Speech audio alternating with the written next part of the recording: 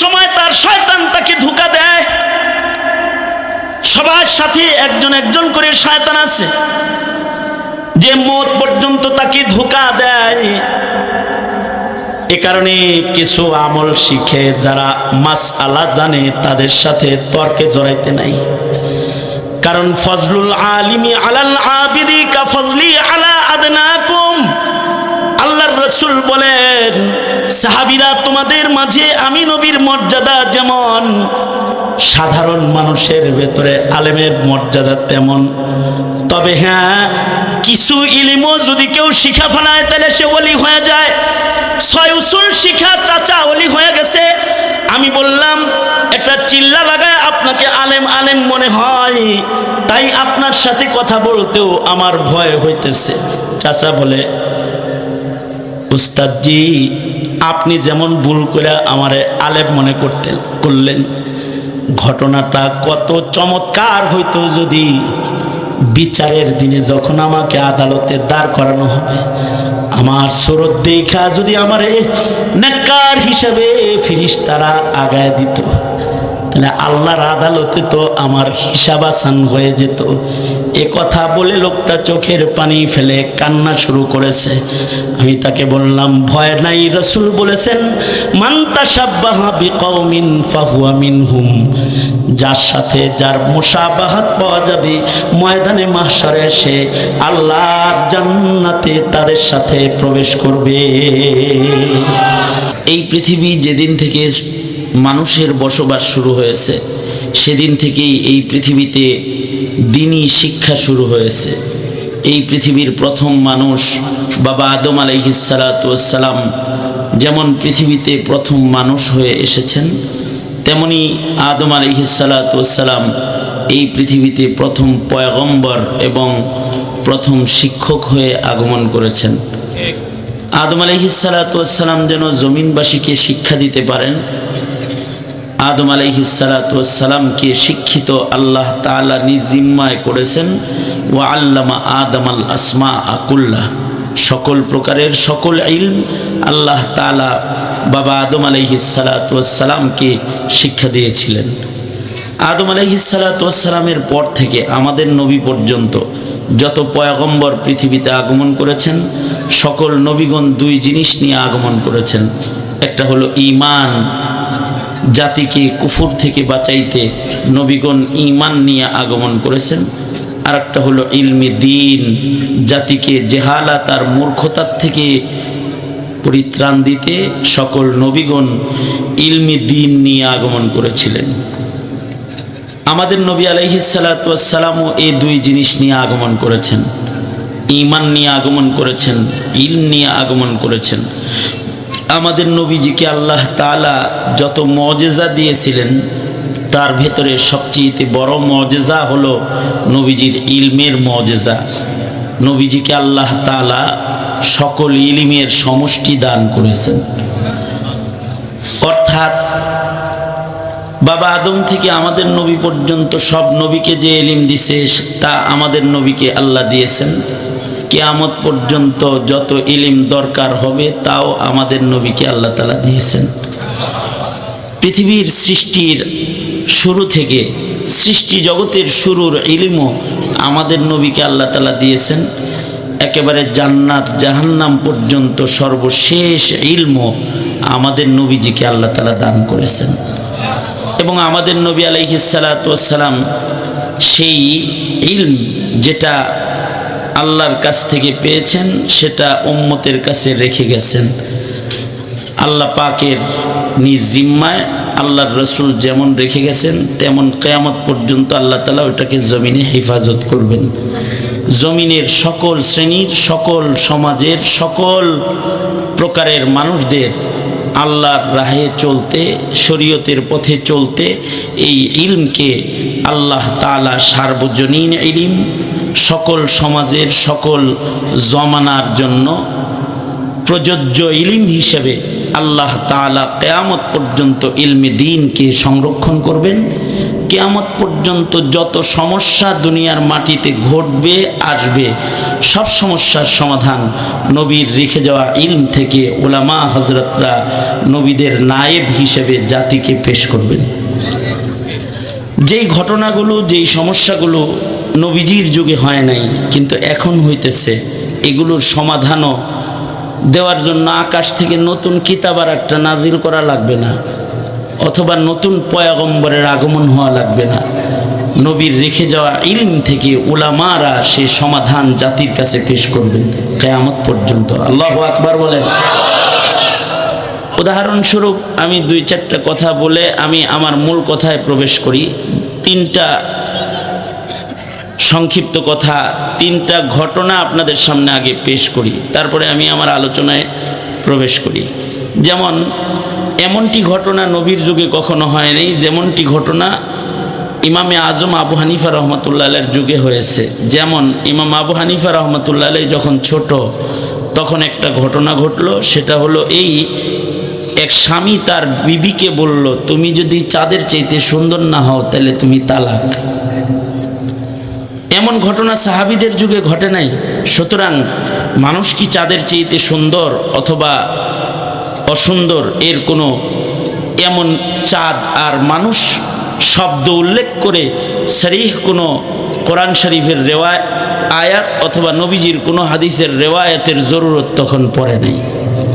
যেহেতু চাঁদ দেখতে সুন্দর আর যার বউ তালাক দিছে তার বউ কালো, স্বাভাবিকভাবে সবাই বলে দিল যে বউ তালাক হয়ে গেছে। যেই বেচারার বউ হারাইছে এর তো সব হারাইছে, বাচ্চা কাচ্চাগুলা উল্টা উল্টা হয়ে গেছে। সে রাস্তায় বসে বসে কাঁদতেছে। পাশ দিয়ে একজন আলেমে দ্বীন যাচ্ছেন, সদ্য কেবল যিনি ইলিম হাসিল করার জন্য মাদ্রাসায় গিয়েছেন, তালিবুল ইলিম নু'মান বিন সাবিত ইমামে আজম আবু হানিফা রহমতুল্লাহ আলাইহি। উনি বলেন, চাচা কান্দেন কেন? তুমি ছোট মানুষ, কি বুঝবা? আমি বুঝি, সব বুঝি। কন আপনি? না, তুমি বাচ্চা মানুষ, তুমি কি বুঝবে? অনেক সময় বাচ্চার উৎপাতে বড়দেরও কথা বলতে হয়। কবি জসিমউদ্দিন কবর কবিতা লিখেছে, নাতির উৎপাতে দাদা শেষ বেলায় বলতে বাধ্য হয়েছে যে ডালিম গাছের নিচে তোর দাদি আছে, এর লেগে কান্দি। কবর পারে বসে বসে কান্দে তো জসিমউদ্দিন।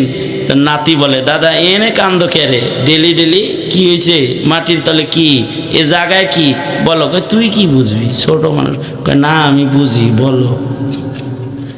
শেষবেলায় এমন শক্ত করে ধরছে জসিমউদ্দিন পরে মুখ খুলেছে, ওইখানে তোর দাদুর কবর, ডালিম গাছের তলে 30 বছর ভিজিয়ে রেখেছি 2 নয়নের জলে।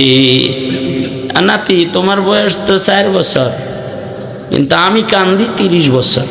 কারণ জানো, এখানে আমার লাইলি ঘুমায় রয়েছে, আমার শিরিন ঘুমিয়ে আছে, আমার অর্ধাঙ্গিনী ঘুমিয়ে আছে, তোমার দাদি এখানে শুয়ে আছে। তারে যে কত ভালোবাসতাম, আমার সে যে কি সুন্দর মানুষ ছিল গো, তার প্রেমে আমি কোরবান ছিলাম। এগুলো বলতে লাগলো। এতটুকু তারে ভালোবাসিনু, পুতুলের মতো মুখ, পুতুলের বিয়ে ভেঙ্গে গেলেও কেঁদে ভাসাই তবু। এই স্বাভাবিক অভিমান হইলে সারা রাত কান্দ, আমি কেড়ে হেরে একটু খোঁচাখাচি মারছি। এইরকম মহব্বত করতো। তার প্রেম, তার ভালোবাসা আমাকে এই কবরের পারে কাঁদায়। যাই হোক, কখনো কখনো মানুষের উৎপাতে মুখ খুলতে হয়। তো হযরত নু'মান বিন সাবিত চাচারে এমন শক্ত করে ধরছে, চাচার শেষ বেলায় বলে, বুঝোস আর না বুঝোস তোর কাছে কয়ে দিই, সেটা হইলো তোর চাচিরে বলছি তুমি যদি চাঁদের চাইতে সুন্দর না হও তাহলে তুমি তালাক। কিন্তু তোর চাচি তো কালা ভুসুঙ্গা মার্কা, চাঁদটা কি সুন্দর, সবাই বলে তালাক হয়ে গেছে। ইলমের আলা ইমামে আজম আবু হানিফা রহমতুল্লাহ আলাইহি বলে দিলেন যে তালাক হয় নাই, বাইর যান, চাচির লোকে গলাগলি ধরে ঘুমান গে যান। কই পেলে? সবাই কয় যে তালাক হয়ে গেছে, তুমি আছে। সব কিছু কোরআনের শব্দে থাকে না, কিছু কোরআনের গভীরে থাকে। সব কিছু পানির উপরে থাকে না, পানির ভিতরেও কিছু থাকে। সব কিছু মাটির উপরে থাকে না, কিছু মাটির তলদেশে দামি হীরাও লুকিয়ে থাকে। সব কিছু কি কোরআনের শব্দে শব্দে থাকে? কিছু ভিতরেও থাকে। জান তালাক হয় নাই। ইমামে আজম আবু হানিফা রহমতুল্লাহ আলাইহি ওনার ফাকাহাত দিয়ে বলে দিলেন, আল্লাহ তাআলা চার জিনিসের কসম করে বলছে, লাকাদ খালাকনাল ইনসানা ফি আহসানি তাকওয়িম। মানুষকে আল্লাহ তাআলা সবচেয়ে সুন্দর করে বানিয়েছেন। বোঝা যায় চাচিকে আল্লাহ তাআলা চাঁদের চাইতেও সুন্দর করে বানাইছেন। জান তালাক হয় নাই। এই যে মাসাইল আবিষ্কৃত হলো, আলফাজ থেকে নয়, ইলমের দরিয়ার গভীর তলদেশ থেকে আবিষ্কার হলো। এটা যার তার কাজ নয়, অভিজ্ঞের কাজ। বাগদাদে একটা মহিলা ছিল, বাগদাদে, যেই মহিলা মরা মানুষরে গোসল দিত। এলাকায় কোনো মাইয়েত মারা গেলে এই বেডিয়ে মরা মাইয়েতের গোসলের কাজ করত, গোসল দিতে পারত খুব ভালো। তার কাম হলো মৃত মানুষের গোসল দেওয়া। মহল্লায় কোনো মহিলা মারা গেলে এই মহিলাকে টেনে নিয়ে যেত গোসল দেওয়ার জন্য। একবার একটা লোক, এক মহিলা মারা গেল। এই মহিলাকে সবাই আসছে, চলো আমাগর বাড়িতে মাইয়েত মারা গেছে, গোসল তুমি দিবা। পেস লাগছে যেটা, সেটা হলো এই মহিলার তখন মিন্স চলছে, অর্থাৎ ঋতুস্রাব চলছে। সে মাসিকের হালতে আছে, সে হায়েজা। মহিলার মনে প্রশ্ন হলো, আমি একটা হায়েজা নারী, আমি কেমন করে আর একজনকে গোসল দিব? আমি তো নিজেই নাপাক। নাপাক বদনে কি কাউকে আবার গোসলের কাম করন যায়নি? তার মনে আগেই কয় না, আপনারা কইতে কইছি আপনি হুজুর।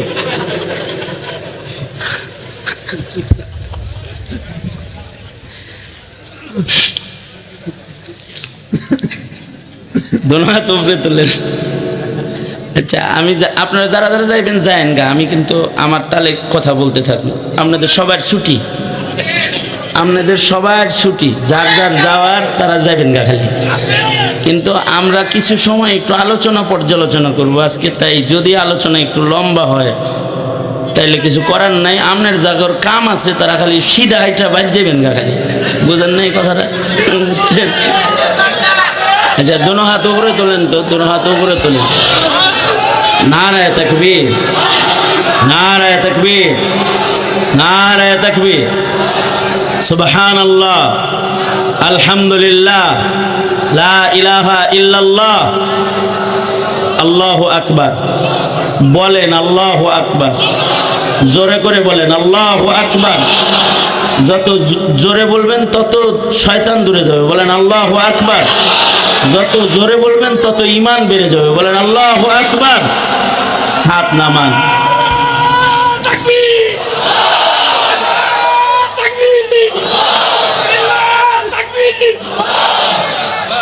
আচ্ছা, এতক্ষণ যে তসবিহগুলো পড়ছেন, নিজের থেকে পড়ছেন না আমি পড়াইছি? হ্যাঁ, বয়া রয়েছেন কি কন? আপনারা কি নিজে থেকে পড়ছেন না আমি পড়াইছি? আমি বলতে থাকি, যখন সুযোগ পাইবেন সুবহানাল্লাহ আলহামদুলিল্লাহ বললেন আর কি। এছাড়া কোনো কথা টথা করেন না আল্লাহর রাস্তায়। কি বলতেছিলাম আমি? মহিলা চিন্তা করতেছে।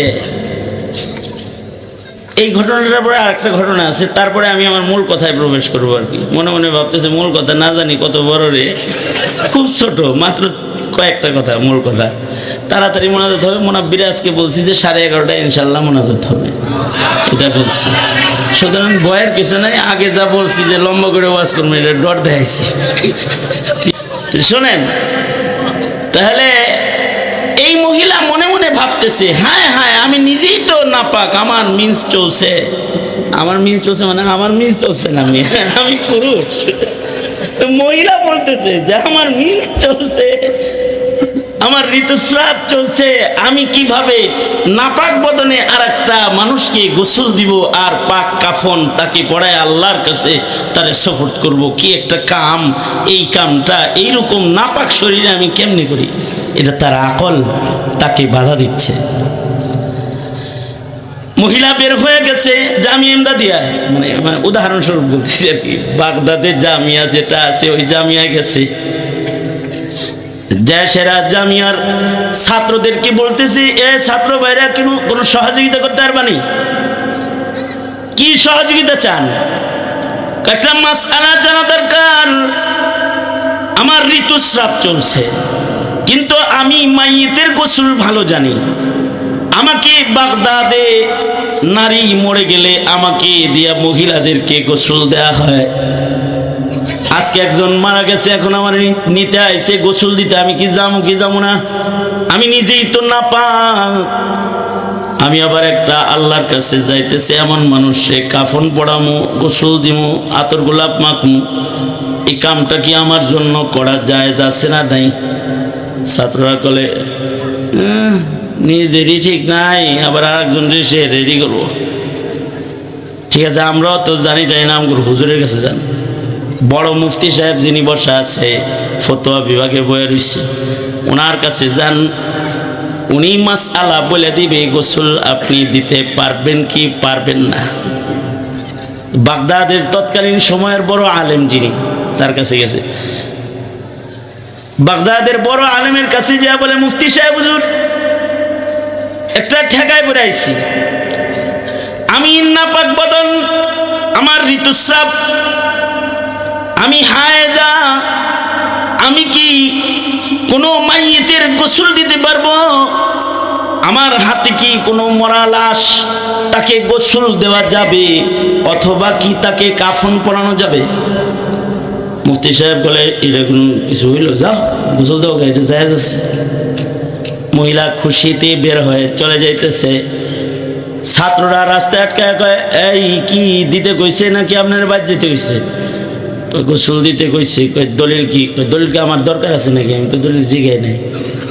আমার আলেমের প্রতি আস্থা আছে, ভক্তি আছে, বিশ্বাস আছে। আমার আস্থা, ভক্তি, বিশ্বাস আছে। উনি বলছে জায়েজ, আমি চলে যেতেছি। দলিল কি আমার দরকার? আমার কোনো দলিল দরকার নাই, তাই আমি চলে আসছি। দেখেন, আপনি এমন একটা মাসালা জিগাইছেন, এই মাসালাটার উত্তর আমাদেরও শিখা দরকার। আপনি একটু আমাদের পক্ষ থেকে যান, যা বলেন যে মানুষ যদি আমারে জিগায় যে দলিল কি, তাহলে কি কম, একটা দলিল কমাস কম লয়ে আইন। মহিলা বিবাকে পড়া চিন্তা করলো যে ঘরের ভিতর থেকেই যদি, আগেই তো ভালো ছিল, মাই করলাম মুসলিম করলি করে, আমার বসাইলে মুসলিম 2 দিন বেড়ে কি করছস? যাও, যাই দলিলটা লইয়া যাই, কারণ যেহেতু এখানে প্রশ্ন হয়েছে, এই প্রশ্ন তো মাইয়িতের বাড়ি যে হইতারে, তখন কি করবো? মহিলা ফেরত গেছে মুফতি সাহেবের কাছে, যা বলে, মুফতি সাহেব লোকে জিগায় যে দলিল কি, আমি তখন কি বলবো? মুফতি সাহেব কয়, দলিল বুখারী শরীফে আছে, এটা কয়ে দিও। কয়ে আছে, বুখারী শরীফে আছে। ছাত্রদেরকে বলে দিছে যে বুখারী শরীফে আছে। হুজুর কইছে বুখারী শরীফে আছে। বুখারী পুরাটা গাইটটা ঘুরটা আর পায় না খুঁজে, সব ছাত্র মিলে বুখারী কাটছে। হায়েজা হালতে কোনো মহিলার গোসল দেওয়া জায়েজ না না জায়েজ, বুখারীর কোনো হাদিসের শব্দের ভেতরে, ইবারতের ভেতরে ওরা তালাশ করে পাইতেছে না কেউ। সব মিলা ওস্তাদের কাছে যায়, বলে ওস্তাদ জি, হায়েজা মহিলা মাইয়িতরে গোসল দিতে পারবে, এটা বুখারীতে আছে। কই খুঁজা তো পাই না। সব খালি উপরে দিয়ে খুঁজলে হয়? গ্যাসের খনি মাটির উপরে হারা জনম খুঁজলে পাবি? এটা খোঁজার জন্য তো গভীরে প্রবেশ করতে হবে। দেখো আল্লাহর রসুলের ইতিকাফের বর্ণনা খোলো, দেখো নবীজি রমজান মাসে ইতিকাফ করেছেন। আর ইতিকাফের হালতে আল্লাহর রসুল মসজিদের নববীর ভেতর থেকে জানালা দিয়া নিজের সার মুবারক, নিজের মাথাকে আল্লাহর রসুল হুজরায়ে আয়েশায় বের করে দিছে। আর উম্মুল মুমিনিন হায়েজা হালতে, মিনসের হালতে আল্লাহর রসুলের মাথা বদন মুছে দিছে, ধুয়ে দিছে। যদি একটা হায়েজা মহিলা হায়েজের হালতে মুহাম্মাদুর রাসূলুল্লাহ সাল্লাল্লাহু আলাইহি ওয়াসাল্লামের জিসমে আতহারকে যদি ধোয়া যদি জায়েজ হয়, তাহলে মাইয়িতরে দোয়া যায় যাব না, এটা কোনো কথা হলো নাকি? মাইয়িতের দাম কি নবীজির মাথার চাইতে বেশি হয়েছে নাকি? কয় ইলমের এক গভীর জায়গায় লুকিয়ে আছে। হায়েজের হালতেও মাইয়িত মুর্দারের গোসলের কাজ করা জায়েজ আছে। মুফতি আজম শফি রহমতুল্লাহ আলাইহি বললেন একদিন যে জানো নবীজির সবচেয়ে বড় মুজিজা হলো নবীজির ইলমের মুজিজা। ইলম এটা মুহাম্মদুর রাসূলুল্লাহ সাল্লাল্লাহু আলাইহি ওয়াসাল্লামের সবচেয়ে বড় মুজিজা। ইলমে দিন দূর করার আন্দোলন করতেছো, সিলেবাস থেকে সব সরায়া আর ট্রান্সজেন্ডার সমকামিতা নষ্টি ফষ্টি শিক্ষার ভেতরে প্রবেশ করাচ্ছ। হারামখোর, ভবিষ্যতে তো ইলমের আলো ছাড়া এক কদম চলার উপায় তোর নাই, এক কদম চলার উপায় নাই। কারণ বিজ্ঞানের উন্নতি যত হবে ইলমের আশ্রয় তত হবে। বিজ্ঞান যত উন্নত হবে ইলমের আশ্রয়, ইলমে দ্বীনের মাদ্রাসার আশ্রয় তত বেশি নিতে হবে। মোল্লার কাছে যায় তত আটকে থাকতে হইব, বয়ে থাকতে হইব। যত বিজ্ঞান উন্নত হবে তত জদিদ জদিদ মাসাইল সামনে আসবে। মুফতি আজম শফি রহমতুল্লাহ আলাইহি বলেন ও জামানা আন করিব আনে ওয়ালা, ওই সময়টা খুব তাড়াতাড়ি আসতেছে। মুফতি আজম বলে গেছেন তো আরো বহু আগে। মুফতি আজম বলে গেছেন আরো অনেক আগে, যখন এই জেনেটিক সায়েন্সের আগমন হয় নাই অথবা মেডিকেল সায়েন্সের উন্নতি এতটা হয় নাই, তখন উনি ফতোয়া দিয়ে গেছেন, মাসালা বলে গেছেন যে দেখো ওই জমানা খুব তাড়াতাড়ি আসতেছে যে একজনের অঙ্গ আর একজনের অঙ্গে স্থাপন করবে, অর্থাৎ একজনের চোখ আর একজনের চোখে লাগাবে, একজনের কিডনি কাটটা আর একজনের কিডনির জায়গায় বসাবে, একজনের হার্ট চুরি করে আর একজনের হার্ট লাগাই দেবে, রক্তের গ্রুপ মিলে। এমনকি মুফতি আজম শফি রহমতুল্লাহ আলাইহি বলেন এমন একটা সময় আসতেছে যে সময় একজনের ননু কাটটা আর একজনের ননু বানায় আনবে। মানে কারণ এটা কিন্তু আমি আমার থেকে বলতেছি না, মুফতি আজম শফি রহমতুল্লাহ আলাইহি বলে গেছেন। এটা বলছেন যে এমন একটা সমাজ আসতেছে যে সমাজে জেনেটিক সায়েন্সের উন্নতি এত বেশি হবে, মেডিকেল সায়েন্স ওই জায়গায় চলে যাবে যে কারোর যদি পুরুষত্ব নষ্ট হয়ে যায় তাহলে এলাকার সবচেয়ে সবল পুরুষ যেটা পাইব হেডারে দইরে কাটটা হেডটা নিয়া, যেটা দুর্বল টাকার বিনিময়ে হেডা হের জায়গায় লাগাই লইব। বুঝেন নাই কথাটা? এবং সুস্থও হবে, এবং তার মুফতি আজম বলেছেন এবং তার পুরুষত্ব ভালো হয়ে যাবে। আইতাছে ওই সময়, আরে এখনই তো চলে এসেছে। শুকরের হাড় মানুষের হাড়ের জায়গায় স্থাপন হয়ে গেছে। একটা সময় আসবে যে তখন এটা করবে। এখন মুফতি আজম বলেন এটা কইরা যখন সুস্থ সুস্থ হয়ে যাবে আর হেমিয়ার একটা বাচ্চাও হবে আবার। এবার মাসআলা হলো এই বাচ্চা যেটা, এটা কি হালাল জাদা হবে না হারাম জাদা হবে? তোমার সায়েন্স দিয়ে এটার ডিসকাস তুমি করতে পারবা না, সমাধান দিতে পারবা না। কারণ এখানে আলায়ে তানাসুল ব্যবহার করা হয়েছে একজনের, আর কুওয়াতে বাহ ব্যবহার করা হয়েছে আর একজনের। নুনু একজনের আর শাহওয়াত আর একজনের।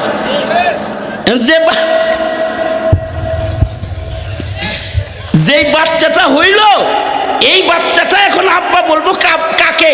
যার নুনু কাটছে হে নুনুওয়ালা রে, নাকি যার কাছে লাগছে হে রে? এটা হলো মাসালা। জায়েজ না না জায়েজ এই মাসালা তো অনেক পরে, কিন্তু যদি এরকমটি জুলুম মেডিকেল সায়েন্স করে ফেলে তখন এই বাচ্চার বিধান কি হবে? এটা কি হালাল জাদা হবে না হারাম জাদা হবে তুমি বলতে পারবে না। তখন এটা মৌলবীর কাছে জিজ্ঞাসা করতে হবে। তখন মৌলবী তার ইলমের ফেরাসাত দিয়া ইলমের আলোয় সে বলে দিবে বাচ্চাটা কি হালাল না হারাম, বাচ্চার বাপ কি, এটা বলে দিবে। মাসালা যেহেতু এখনো আসে নাই তাই হালাল না হারাম এটা আমার মুখ দিয়ে এখন বাইর করার দরকার নাই। কিন্তু খুব তাড়াতাড়ি এমন কোনো অবস্থাও এসে যেতে পারে। এই যে আমি টুকরা কয়েকটা কথা বললাম, এটার দ্বারাই বুঝাইলাম হলো এটা নবীজির কাছে যে ইলমটা আল্লাহ তাআলা দান করেছেন, সেই ইলমটা কিন্তু শুধু নবীর যুগের ইলম না। যারা কোরআনের ইলমকে বলে মধ্যযুগের ইলম, ও হলো অন্ধ, ও হলো বেকুব, ও বুঝে না, ইলমের দৌরত্ব সম্পর্কে ও জানে না। আমার নবীকে আল্লাহ তাআলা যে ইলম দান করেছেন, রাসূল বলেন উতিতু ইলমাল আউয়ালিনা ওয়াল আখিরিন। আল্লাহর রাসূল বলেন আমাকে আল্লাহ তাআলা আউয়ালিন এবং আখিরিনের সব ইলম দান করেছেন। অর্থাৎ বাবা আদম থেকে শুরু করে আমার নবী পর্যন্ত যত পয়গম্বর আসছেন, পৃথিবীর প্রথম মানুষ থেকে, প্রথম সৃষ্টির থেকে আমার নবী পর্যন্ত যত ইলম দুনিয়াতে এসছে, এই সব ইলম আল্লাহ তাআলা আমার নবীজিকে দান করেছেন। এবং কিয়ামত পর্যন্ত যত বিজ্ঞানের আগমন ঘটবে, এই পৃথিবীর মাটির উপরে যত ইলমের আগমন ঘটবে, এই সব ইলমের মজমুআ আল্লাহ তাআলা আমার নবী, বিশ্ব নবী, বিশ্ব মানবতার নবী মুহাম্মদুর রাসূলুল্লাহ সাল্লাল্লাহু আলাইহি ওয়াসাল্লামকে আল্লাহ তাআলা দান করেছেন। এবং বড় আজীব আজীব সিফাত দিয়া এই ইলমের সংরক্ষণ আল্লাহ তাআলা করছেন। দুনিয়াতে দুই ধরনের ইলম আছে, একটা হলো জাগতিক ইলম আর একটা হলো দ্বীনি ইলম। জাগতিক ইলমের দুই চারটা দুর্বল সাইড আর দ্বীনি ইলমের দুই চারটা সবল সাইড আপনাদের সন্তানদের মাথায় দেই। জাগতিক জ্ঞানের দুর্বল সাইড হলো, জাগতিক জ্ঞান হলো অস্থায়ী, এটা রং ধনুর মতো, হঠাৎ করে রং নিয়ে আগমন করে, এরপরে এর খুঁজে পাওয়া যায় না। এ কারণেই 10 যুগ আগে, 10 বছর আগে, 1 যুগ আগে, অথবা 10 যুগ আগে, 12 যুগ আগে যে ইলম ছিল, সেই জাগতিক ইলম এখন নাই। যেই বিজ্ঞানটা 20 বছর আগে ছিল, ওই বিজ্ঞান এখন নাই। নতুন বিজ্ঞানের আগমন হয়েছে, এটা অস্থায়ী, এটা এই আসে আর একটার আগমনে এটা হারায় যায়। কিন্তু দ্বীনি জ্ঞান এরকম রংধনুর মতো আসা যাওয়া করে না। এটা 1200 বছর, 1500 বছর আগে যেরকম কি আল্লাহর রাসূলের সিনার ভেতরে এসেছে, এখনো তেমনই আছে, কিয়ামত পর্যন্ত তেমনই সংরক্ষিত থাকবে। একটা কথা।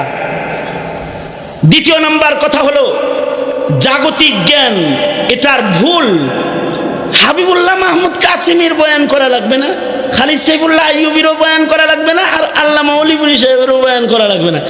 জাগতিক জ্ঞানের ভুল আমাদের সমাজের শিশু বাচ্চারা ধরতে জানে।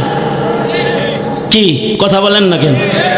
এই কয়েকদিন আগে স্কুল কলেজের ছেলেরা যে শরীফার গল্প নিজের বই থেকে নিজের হাতে টেনে ছিঁড়েছে, এটা কি ওদের বলে দেওয়া লাগছে? দল ধরে ওরা ভুল ধরে ছিঁড়ে শিক্ষা মন্ত্রণালয়কে অঙ্গুলি দেখা বলেছে, মন্ত্রণালয়ে থাকার দরকার নাই, যাও জঙ্গলে চলে যাও বলে দিয়েছে ওরা। এটা কোনো গবেষকের বলে দিতে হয় নাই, অথবা কোনো বিজ্ঞজনের বলে দিতে হয় নাই। কিন্তু আল্লাহর রাসূলের কাছে আসা ইলম, কুরআন, আল্লাহর রাসূলের হাদিস, তাফসীরুল কুরআন, এই ইলমের ভেতরে কোনো সংশয়, সন্দেহ, ভুল ভ্রান্তি নবীর যুগেও নাই। কিয়ামত পর্যন্ত যত গবেষক জাননেওয়ালা আসবে, সব গবেষক মিলে আল্লাহর কোরআনে একটা ভুল বের করতে পারবে না। শুধু ভুল নয়, ইলমে দ্বীনের উপরে সন্দেহ করার অবকাশ নাই। লা রাইবা ফীহ, এর ভেতরে কোনো সন্দেহ করারও সুযোগ নাই। সঙ্গত কারণেই জাগতিক জ্ঞান বিশ্বাস না করলে ঈমান নষ্ট হয় না, আখিরাত নষ্ট হয় না। কিন্তু কেউ যদি কোরআনের একটা অক্ষর অস্বীকারী হয়, নবীর হাদিস যদি কেউ অস্বীকারী হয়, তবে মুনকিরে কোরআনেরও ঈমান নাই, মুনকিরে হাদিসেরও ঈমান নাই। একটা নুকতা, একটি অক্ষরকে অবিশ্বাস করার সুযোগ নাই। এ কারণেই বাচ্চাদেরকে ছোটবেলায় মক্তবে শেখানো হয় আমানতু বিল্লাহি ওয়া মালাইকাতিহি ওয়া কুতুবিহি ওয়া রাসূলিহি। আল্লাহর উপরে যেমন ঈমান, ইলমের উপরেও এরকম ঈমান। সমাজে এমন কিছু লোক পাবেন যারা ওষুধ খান। আমার এক দাদা ছিল, এর জোর করে ও প্যারাসিটামল খাওয়ানো যেত না। হ্যাঁ স্যার ওইসব মিয়া প্যারাসিটামল খাইতো না, হিস্টা ছিল না। যদি বলা হইতো যে দাদা এটা খান না কে তাড়াতাড়ি জ্বর ভালো হইব, ধর মিয়া বিষ খায় মানুষ, ওটা ঔষধ না ওটা বিষ, এই শব্দই বলতো। উনি কি খাইতো? উনি খাইতো হরতকি, বহেরা, আমলকি, তারপরে তুলসী পাতা, আদা, সেচে মেচে, এগুলো কালজিরা, কালো জিরার তেল। এগুলোর ভিতরে সব রোগের ঔষধ আছে। অসুখ ভালো করার শক্তি দুনিয়ার কোনো ঔষধের নাই। অসুখ দেয় আল্লাহ, ভালো করেও আল্লাহ। ওষুধ খাওয়া সুন্নত, এই যে আমি এগুলো খাইতেছি ন্যাচারাল আল্লাহ দেয়া, তুমি খাও, ভালো করে খাও, খাইয়া খাইয়া তুমি মইরা যাও, এরকম বলতো। তুই এটা খাইয়া একটা ভালো হইব, তোর আরো 10টা রোগ জন্ম নিব, এটা খাবি কিসের লেগে? আমি এগুলো মানি যাই না, এরকম বলতো। এই চিকিৎসা মিকিৎসা এগুলোর আমি মানি না।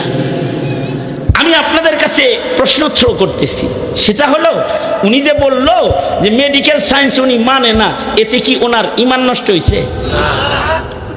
জোরে কন না কেন? মেডিকেল সায়েন্স না মানলে কি ঈমান নষ্ট হয়েছে? আর এক মুরব্বী পাইছি, হের ছেলেদের 3 তলা বিল্ডিং ছিল, জীবনে কোনোদিন ওই বিল্ডিং এর রাত্রে থাকে না। হের ধারণা হইল যে আমি শুয়ে থাকবো আর 3 তলা পুরাটা আমার মাথার উপরে পড়বো, আমি মরে যাবো। ওনার যে একটা বাঁশের খুঁটির কুড়ে ঘর, এইটার ভেতরেই ওনার জীবন চলে গেছে এবং শেষ নিঃশ্বাস এই কুড়ে ঘরে ওনার হয়েছে। কোনোদিন এই 3 তলা বিল্ডিং এ যায় শয় নাই। তো সন্তানরা বলতো এটা 100 বছরের গ্যারান্টি হতো। ধর্মীয় রাহ মানুষের কথায়, ইট পাথরের নিচে আমি যে শুইতেছি, এত বোকা আমি না। তার মানে ইঞ্জিনিয়ারিং সায়েন্সের এই ইলমের উপরে উনার কোনো আস্থা নাই। উনি বিল্ডিং এ শয় নাই জীবনে কোনোদিন। শরীয়ত, কোরআন, হাদিস তো প্রমাণ করে ঐচ্ছিক ফকর ফাঁকা গ্রহণ করার কারণে তার মর্যাদা হওয়ার সম্ভাবনা আছে, ঈমান নষ্ট হওয়ার তো কোনো সম্ভাবনা নাই। আমরা এক জায়গায় দাঁড়ায় রয়েছি, তো এক উকিল সাহেব আসতেছে, আমাদের এক মুরব্বী সাহেব কয়, হায় হায় ওটা কেরা আছে, নাউজুবিল্লাহ মিন যালিক, আউযুবিল্লাহ মিনাশ শাইতানির রাজিম, আস্তাগফিরুল্লাহ, এগুলো কইতে কইতে হাইটা চলে যায়। পরে ওনাকে জিজ্ঞেস করলাম যে আচ্ছা উনি আইলো আর আপনি এইভাবে গেলেন কে? কয় উনি একটা শিক্ষিত মানুষ, সম্মানী মানুষ। কয় উনি একটা শয়তান মানুষ। শয়তান কোথাও আসলে সেখানে থাকতে নেই। কোনো উকিল সাহেব, অ্যাডভোকেট সাহেব আমার কথায় রাগ করার কোনো দরকার নেই। উকিল আমারও দরকার, আপনারও দরকার, কারণ মামলা মোকদ্দমা চালাইতে গেলে।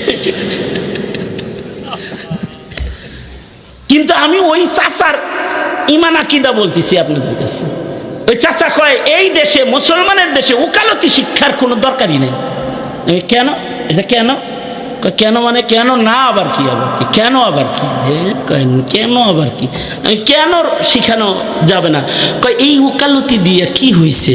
এই উকালতি দিয়া মামুনুল হকরে জেলে নিছে, এই উকালতি দিয়া আলেম রে ফাঁসাইছে, এই উকালতি দিয়া শাইখুল হাদিসকে জেলখানায় বন্দি করেছে, এই উকালতি দিয়া বাবুনগরীকে জেলখানায় পচাইছে। এই উকালতি অনেক নির্দোষকে দোষী সাব্যস্ত করেছে, আর অনেক দোষীকে মুক্ত বিহঙ্গ ঘুরাইতে ঘুরাইতে রাষ্ট্রীয় সংসদের সাংসদ বানাইছে।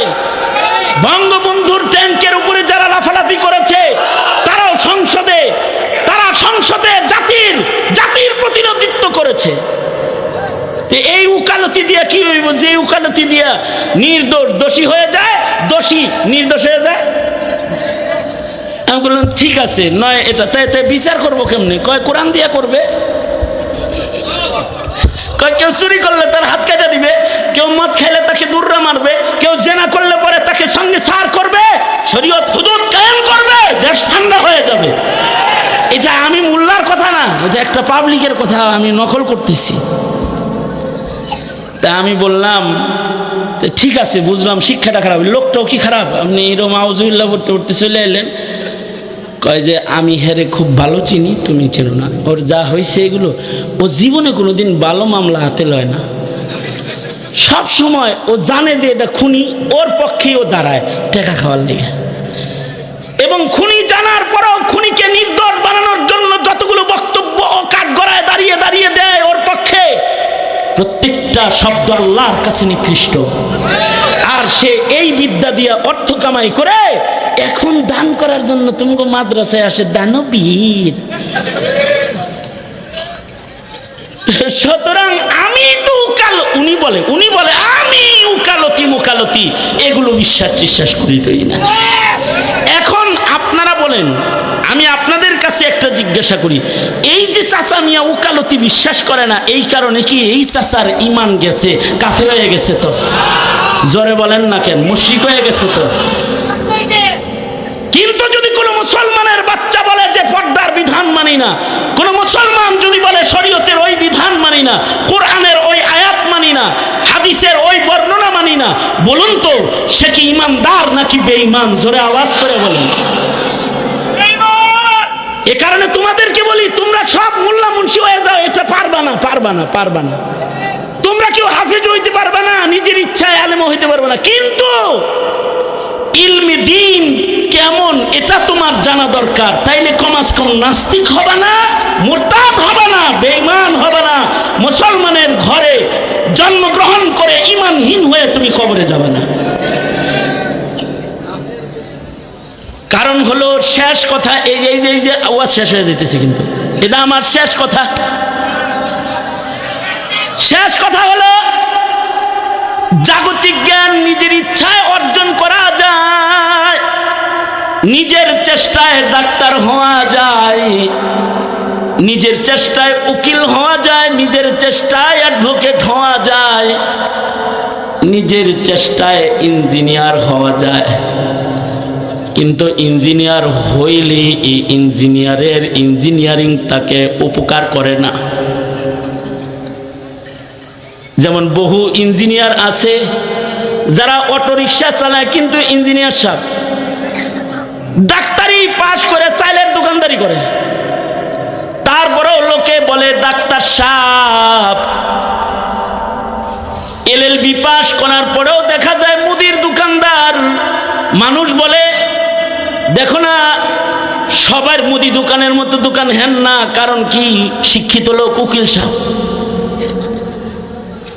ওকালতি শিখা ওকালতির উপরে আমল করে নাই, এজন্য তার সনদ ডিগ্রি বাদ হয় নাই। ডাক্তারি শিখা জীবনে কোনোদিন একটা রোগী দেখে নাই, জীবনে কোনোদিন সার্জারি অপারেশন করে নাই, রাজনীতি করে জিন্দগি শেষ করছে, ডাক্তারি পাশ করছে।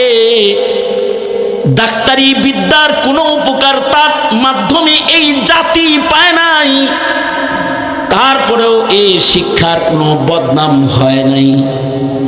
ইঞ্জিনিয়ারিং পাশ করে গাড়ি চালায় সারা জনম খাইছে, চাকরি পায় নাই, তাতে ইঞ্জিনিয়ারিং বিদ্যার বদনাম হয় নাই। কিন্তু ইলমে দ্বীন এটা ওরকম কোনো অচল জ্ঞান নয়। ইলমে দ্বীন এমন একটা ইলম শিক্ষা, দ্বীনি শিক্ষা এমন শিক্ষা, এই শিক্ষা যদি কেউ অর্জন করে, কেউ যদি আলেম হয়ে যায়, ওই আলেমের ভিতরে যদি ইলমে দ্বীনের আমল ফুইটা না ওঠে, আল্লাহর খাতায় সে আলেম হয় না। ময়দানে মাহশরে এমন আলেমকে সবার আগে দোজকে নিক্ষেপ করা হবে। সাধারণ পাবলিকও তাকে আলেম কয় না, তাকে জালেম বলে গালি দেয়।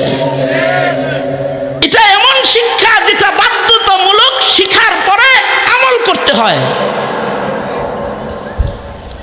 এই কারণেই একটি দৃষ্টান্ত, আবুল ফজল ফয়েজী ইতিহাসের পাতার ধিকৃত এক মৌলবীর নাম।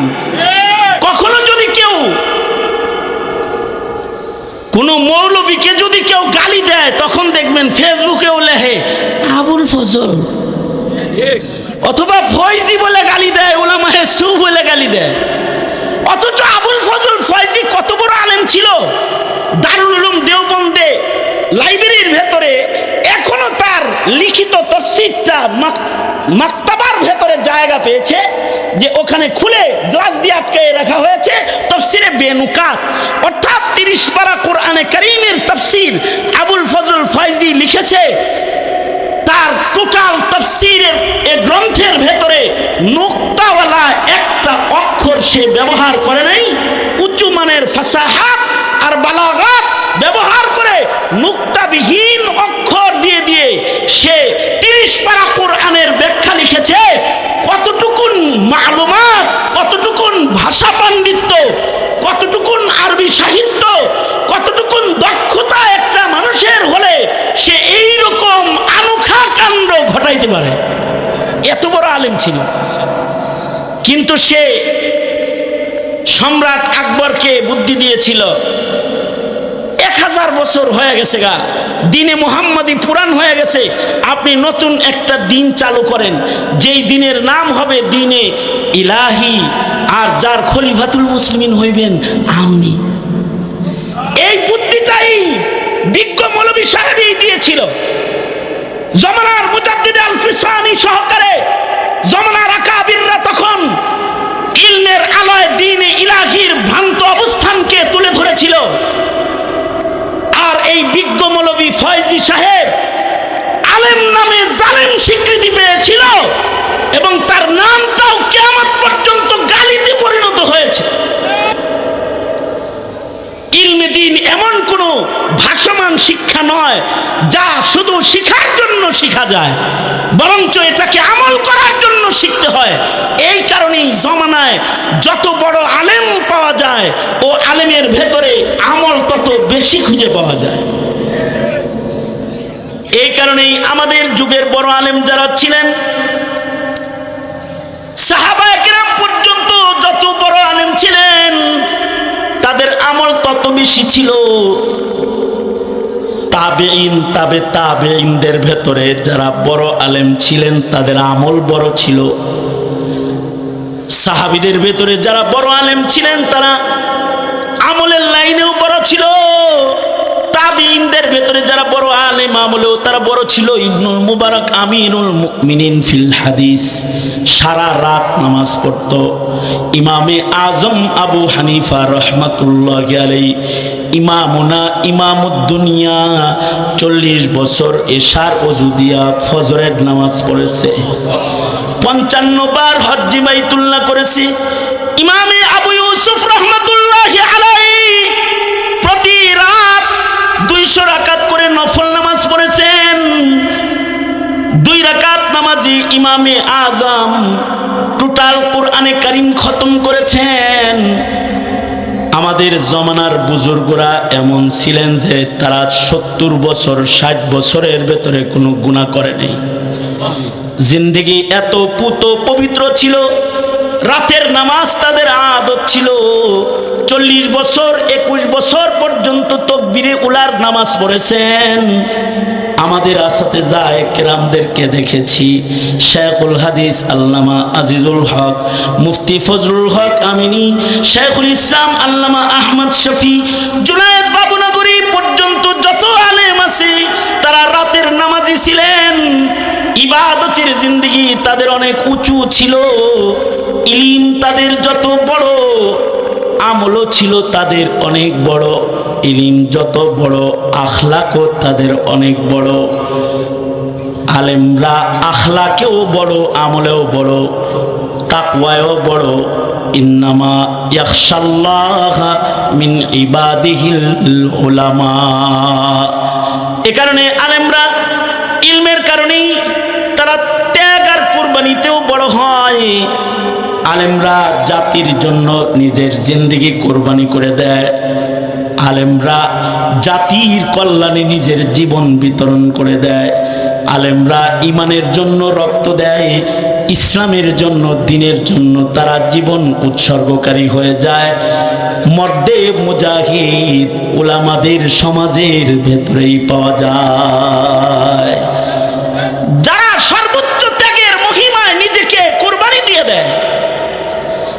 এই ত্যাগ, এই আমল, এই আখলাক, এটা উলামাদের সমাজ ব্যতিরেকে আর কারোর ভেতরে পাওয়া সম্ভব নয়। সঙ্গত কারণেই এই জাতির ইমান যখন ব্রাক হয়ে যায়, এনজিওরা হয়ে যায়, এই জাতির ইমান যখন শিক্ষা কমিশনের আঘাতে ক্ষতবিক্ষত হয়ে যায়, এই জাতির তাহজিব তামাদ্দুন যখন পশ্চিমাদের জারদ সন্তানদের পশ্চিমা রীতিনীতির আমদানির ভিড়ে পড়ে হাবুডুবু খায়, কেউ কথা কয় না, তখন আলেমরাই কথা কয়, তারাই জবান খুলে জাতিকে সতর্ক করে দেয়।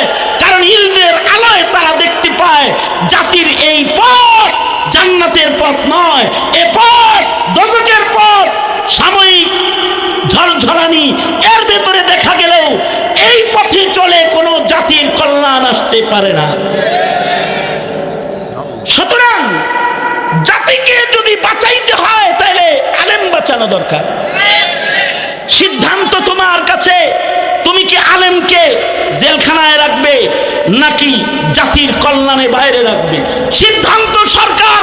জনগণ তোমাদের কাছে, মুসলিম মিল্লাতের আলেমদের কি তোমরা খাঁচায় আটকায় রাখবে নাকি জাতির মনুষ্যত্বকে ফিরিয়ে আনার মেহনত করার সুযোগ দিবে? যদি দাও তো জাতি রক্ষা পাবে, আর যদি তা না দাও তাহলে প্রস্তুত হয়ে যাও, তোমার জানাজা পড়ার মানুষ তুমি পাবে না। সুন্নাত তরিকায় তোমাকে দাফন করার কাউকে তুমি তালাশ করে টুডে এন্ড টুমরো এই ভবিষ্যৎ তোমাকে গ্রাস করবে যে মুসলমানিত্ব বাতলায় দেওয়ার কোন সন্তান তালাশ করে পাবে না, কোন সন্তান তালাশ করে পাবে না। সঙ্গত কারণেই আলেম ওলামার পক্ষে থাকা চাই। এবার আমরা আমাদের এই আল ফালাহ থেকে সিদ্ধান্ত জানাতে চাই, আলেম কি জেলে থাকবে নাকি বাইরে থাকবে? মামুনুল হককে কি সন্ত্রাসীর সাজে সজ্জিত করে হেলমেট আর লাইফ জ্যাকেট পরায়া কোর্টে কোর্টে টানা হবে নাকি শেখুল হাদিসের মসনদ তাকে ফিরিয়ে দেওয়ার জন্য আন্দোলন করে তুলতে হবে? এই বিষয় তোমার কাছে আমানত। আমরা বলতে চাই না তুমি সিদ্ধান্ত নাও, জমানার আলেমদেরকে তুমি বন্দী করবে, তোমার ঈমান আর আকীদাকে নষ্ট করবে, নাকি জাতির প্রজন্মের আজাদ এর ঘন্টা তুমি বাজাবে? এটা ইউর ডিসিশন, এটা তোমার সিদ্ধান্ত। ইচ্ছা করলে তুমি বাগানের পথে হাঁটতে পারো, ইচ্ছা করলে তুমি আগুনের পথেও হাঁটতে পারো। তবে মনে রাখবে, ইলমে দ্বীন ব্যতিরেকে জাতির কল্যাণ আশা করা যায় না। আর ইলমে দ্বীন এমন একটা নূরের নাম, যে নূর নিজের থেকে হাসিল করা যায় না, নিজের চেষ্টায় ইলমে দ্বীন পাওয়া যায় না।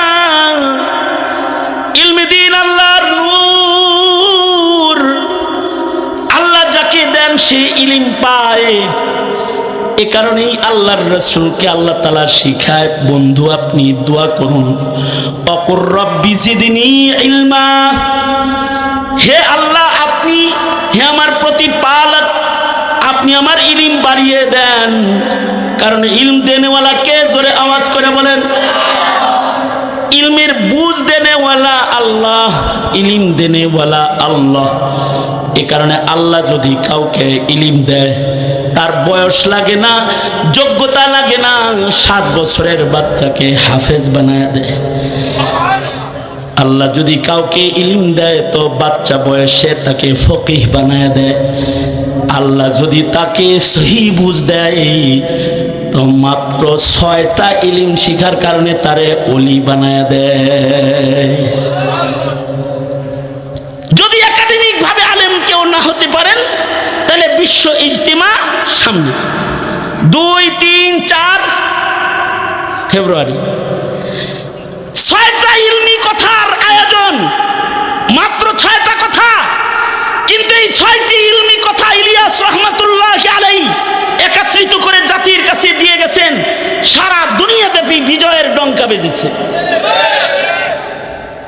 আমি এই কথাটার মাধ্যমে আমি আপনাদেরকে মোনাজাতে নিয়ে যেতে চাই। সেটা হলো, আমি একবার দূর থেকে কোথাও সফর করে আমি ঢাকার দিকে আসতেছি, তো বাই রোড সফর, পাশাপাশি সিটে দুইজন বসা। আমার পাশে যিনি বসে আছেন, ইয়া লম্বা দাড়ি, সুন্দর পাগড়ি, সুন্নতি লেবাস, দেখে মনে হয় যে কোনো মাদ্রাসার শাইখুল হাদিস তিনি হবেন। আমি ওনাকে বললাম, ভাইজান কোন মাদ্রাসার খাদেম? এই কথা কইতে হে আমারে কয়, ইন্না লিল্লাহি হুজুর, আমি আলেম না, আমি 3 চিল্লার সাথী হুজুর। তবে হুজুর আমি আপনাকে চিনি। তাই আপনি আমারে চিনেন, আপনি তো কোনো নরেন সরেন না, কথাটা দেখেন না। কয় হুজুর ডরে কথা কই না, আমি আপনাকে চিনি, আপনার সম্মানে কথা বলতেছি না, আপনি কি পছন্দ করেন না পছন্দ করেন। তাই সালাম কালামের পরে চুপচাপ বয়ে রয়েছি। আমিও তো আপনার দিয়ে ডরে কিছু কই না। আমার মনে হয় আপনি না জানি কোন মাদ্রাসার আবার শাইখুল হাদিস। কয় ইন্না লিল্লাহি হুজুর, আমি কোন মাদ্রাসার শাইখুল হাদিস নই, আমি 3 চিল্লার সাথী, সরকারি জব করতাম, ইংরেজি শিক্ষিত মানুষ। আল্লাহ আমাকে দিনই বুঝ দিছে, তবলিগি একটু ইলম চর্চা করার সুযোগ হয়েছে। আল্লাহ আমাকে এই 3 চিল্লার বরকতে আমাকে আমলি জিন্দিগির একটু স্বাদ দান করছে। আপনাদের রঙে ঢঙে চলাফেরার একটা ফজিলতের বুঝ আমাকে আল্লাহ তাআলা দান করছে। মনে রাখো, যারা তবলিগে কাজ করো, তবলিগে চিল্লা লাগায়া কেউ কোনোদিন হাফেজ হইতে পারে না। কইলো না কইলো কেউ মুফতি সাহেব হইতে পারে না চিল্লা লাগায়া। চিল্লা লাগায়া কেউ মুহাদ্দিস হইতে পারে না, চিল্লা লাগায়া কেউ আলেম হইতে পারে না। এ কারণে চিল্লা লাগায়া আবেদ হইলেই আলেমের সাথে ইবাদতের বড়াই দেখাইতে নাই। কেন দেখাইতে নাই? এটা 1 মিনিটে একটু শোনো, তারপরে মোনাজাত করে আলাই। সেটা হলো এই জন্য দেখাইতে নাই, কারণ আলেম ইলমের চোখ দিয়ে যেখানে দেখে, তুমি তো আন্ধা, তুমি ওটা দেখবা না। তার ইলম দিয়ে যা সে দেখবে, তার ইলমি যোগ্যতা দিয়ে সে যা করবে, তা তুমি অনুভবও করতে পারবে না, অনুভবও করতে পারবে না। এ কারণে কোনো সাধারণ মানুষকে আলেমের সাথে বাড়াবাড়ি করা মানায় না। দৃষ্টান্ত হিসাবে ইমাম আবু ইউসুফের ওফাত চিত্রটা আপনাদের কাছে বলি, হেদায়ার হাসিয়ার ভিতরে আছে। ইমাম আবু ইউসুফের যখন সাকারাত শুরু হইল, আজরাইলে নিবার লেগে আয়া পড়ছে, তখন ইমাম আবু ইউসুফ রহমতুল্লাহ আলাইহি ছাত্রদেরকে তখন শয়তান মারার মাসাইল বর্ণনা করতেছে। অর্থাৎ হজের সফরে জামারাতে যে কঙ্কর মারতে হয়, কিভাবে মারতে হয়, এই মাসআলার আলোচনা শুরু করে দিছে। ইমাম আবু ইউসুফ ছাত্রদেরকে বললেন, এই শয়তান রে যে কঙ্কর মারে, হজের সফরে 3 দিন কঙ্কর মারবে কেমনে? এটা কি হাইটা যায় মারবে নাকি সওয়ারিতে চড়ে মারবে? ছাত্ররা কেউ বলে হাইটা মারবে, কেউ বলে সওয়ারিতে চড়ে মারবে। ইমামে আবু ইউসুফ বললেন, না, যেই রমির পরে রমি আছে, যেই কঙ্করের পরে আবার কঙ্কর মারা আছে, সেই কঙ্করটা পায়ে হাইটা করবে, মারবে। অর্থাৎ প্রথম 2 দিন কঙ্কর পায়ে হাইটাই মারবে, আর শেষের দিন ইচ্ছা করলে সওয়ারিতে চড়ে মেরে চলে যেতে পারবে। এ কারণে উলামারা বলে যে কেউ যদি হুইল চেয়ারেও যাও, তো প্রথম দিন নিজের পায়ে একটু দাঁড়ায় লও, ভর দিয়া হইলেও দাঁড়ায়া তারপরে নিজের পায়ে মারো, আর শেষের দিন দরকার হয় সওয়ারিতে চইরাই হুইল চেয়ারে চইলা মেরে দিয়ে গেলাগা। কিন্তু প্রথম 2 দিন পায়ে দাল মারবা, শেষের দিন সওয়ারিতে মারবা। এই মাসআলাও বলা শেষ। আর আজরাইল আলাইহিস সালাতু ওয়াস সালাম, হযরত ইসরাইল হযরত ইমাম আবু ইউসুফের রূহ বাইর করে লয়ে গেল।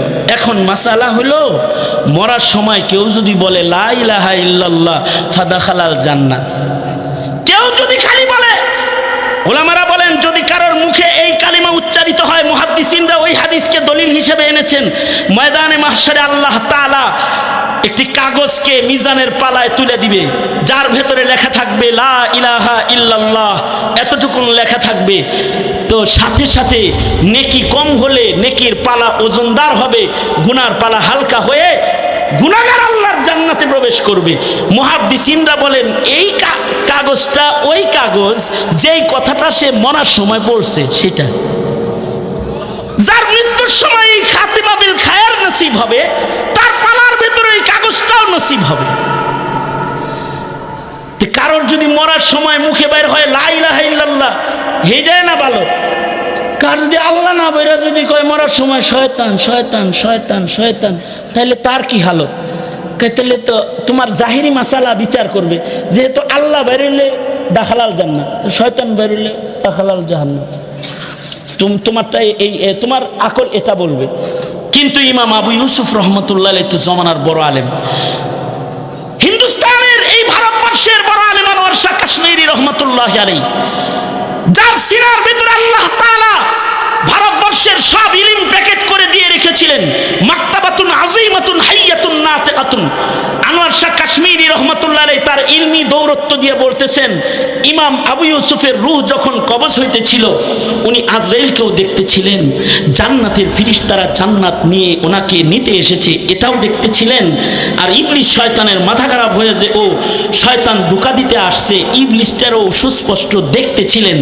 দেখে উনি মৃত্যুর আগ মুহূর্তেও একটি মাসআলা নিজের ছাত্রদেরকে শিখায়া একদিকে ছাত্রদেরকে ইলম বিতরণ করছিলেন, বাল্লিগু আন্নি ওয়ালাউ আয়া, মরণের আগে হলেও একটি মাসআলা আমার উম্মতের কাছে পৌঁছে দাও, ওইটার আমল করে যেতেছিলেন। একটি আয়াত হলেও পৌঁছাও, মাসালা পৌঁছাইতেছিলেন। আর ইসমাইল আলাইহিস সালাতু ওয়াস সালামের শয়তান মারার মাসাইল শিখায়া ইবলিসরে বলতেছিলেন, আয়া বড় আমি কিন্তু ইসমাইলের সন্তান, কাছে আইবা তো কঙ্কর মারার মাসালা শিখাইতেছি, বুঝতেছো না? এটা মাথায় মাইরা কিন্তু জাহান্নামে পাঠায়া দেব, এটা বলে শয়তানকে তাড়াইতেছিলেন। এবং ওয়াসায় শয়তান থেকে নিজেকে বাঁচায়া দর্শে ফিকহের নিয়ামত আর বরকতি আমলকে নিজের শেষ তুষা বানায়া আল্লাহর জান্নাতের দিকে যাইতেছিলেন। আল্লাহু আকবার করে বলেন। তুমি তো তোমার জাহালাতের চোখ দিয়ে যদি দেখো তাহলে বলবা এই আলেম মরার সময় শয়তান শয়তান করে কেন? আর যদি আলেম হয় সে তার ইলমি দৃষ্টি দিয়ে দেখবে বসিরতের সাথে যে সে শয়তান তারাইবার লাগছে। কারণ সহিহ হাদিসে আছে প্রত্যেক মাইয়িত মৃত্যুর সময় তার শয়তান তাকে ধোঁকা দেয়। সবার সাথে একজন একজন করে শয়তান আছে যে মওত পর্যন্ত তাকে ধোঁকা দেয়। এ কারণে কিছু আমল শিখে যারা মাসআলা জানে তাদের সাথে তর্কে জড়াইতে নাই। কারণ ফজলুল আলিমি আলাল আবিদি কা ফজলি আলা আদনাকুম।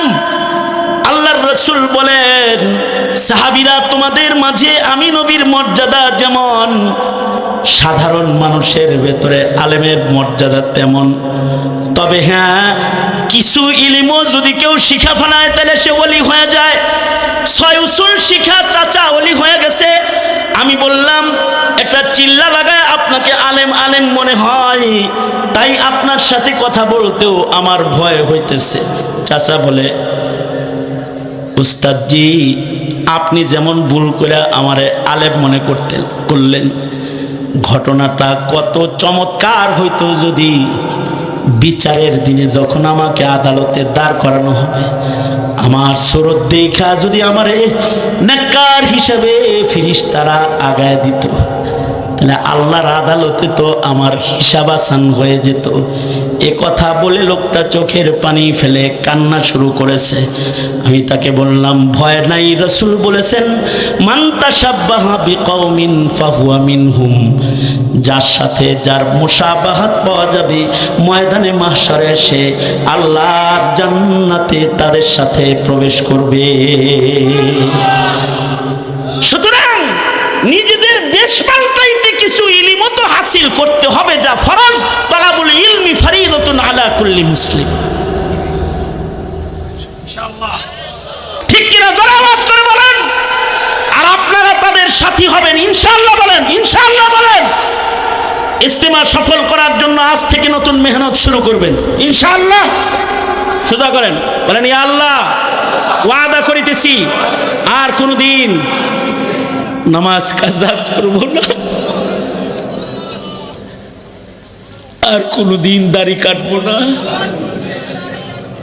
আর কোনোদিন মিথ্যা কথা বলবো না, আর কোনোদিন জুলুম করব না আল্লাহ, আর কোনোদিন ইসলামের বিপক্ষে চলবো না। ইয়া আল্লাহ আমাদের তুমি কবুল করো। চিল্লায়ে জোরে বলেন আমিন, আরো জোরে আওয়াজ করে বলেন আমিন। ইয়া আল্লাহ আজকে আমরা মাপ চাইতেছি, তুমি আমাদের মাপ করে দাও আল্লাহ, মাপ করে দাও আল্লাহ। ইয়া আল্লাহ আমরা দাখিল হইতেছি চিশতিয়ায়, সাবরিয়ায়, নকশবন্দিয়ায়, মুজাদ্দিদিয়াতে। উলামায়ে দ্বীনদের সাথে চলবো, উলামাদের সাথে বাঁচবো, উলামাদের সাথে মরবো ইনশাআল্লাহ, ইনশাআল্লাহ, ইনশাআল্লাহ।